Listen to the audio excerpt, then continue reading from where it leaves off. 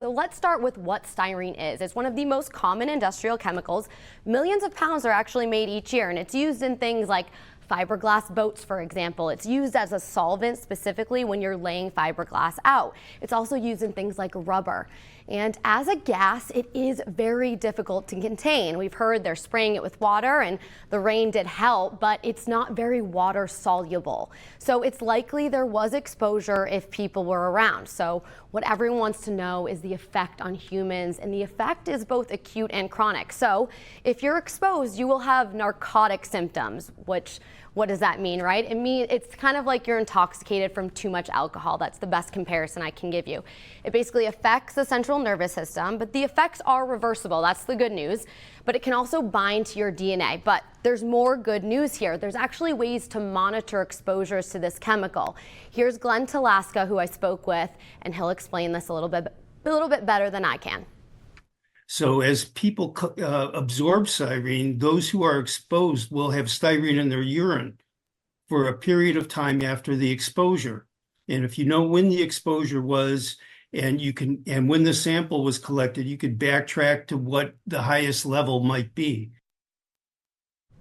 So this is why every official on the scene, I understand they want to grab their things, but this is why they want you out of the area. They want to lessen your exposure.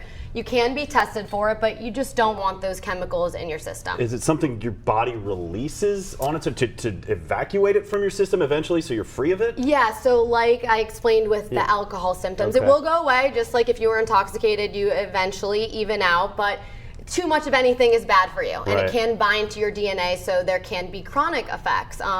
What those are, we'll have more information in the coming shows. That's a little above my pay grade here. Above all of our pay grade. Yeah, and I know you asked me, Adam, find out, how is this spreading? How far is it spreading? With scientific accuracy, Glenn was not able to tell any of, it depends on wind, it depends on what was happening out there with the weather, how long it had been leaking, was it leaking before they even noticed it was leaking, how far was that train travel, there's lots of factors here, so. Yeah, that's why there's a stay indoors order beyond the immediately evacuation area. Right, they just want to keep everyone safe, so that's why if you're frustrated out there and you can't get your stuff, they just want you to be safe and have the least amount of exposure. I feel like you're gonna blow some people's minds.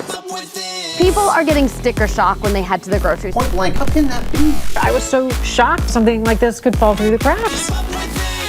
Thanks for helping us pull off the surprise. They're having fun. It is all of those things, wrapped in one. Getting that vibe of it. Lots of sunshine. Sounds tremendous. Are we encouraged to sing along? Yes. Are you tired? That's all I got left.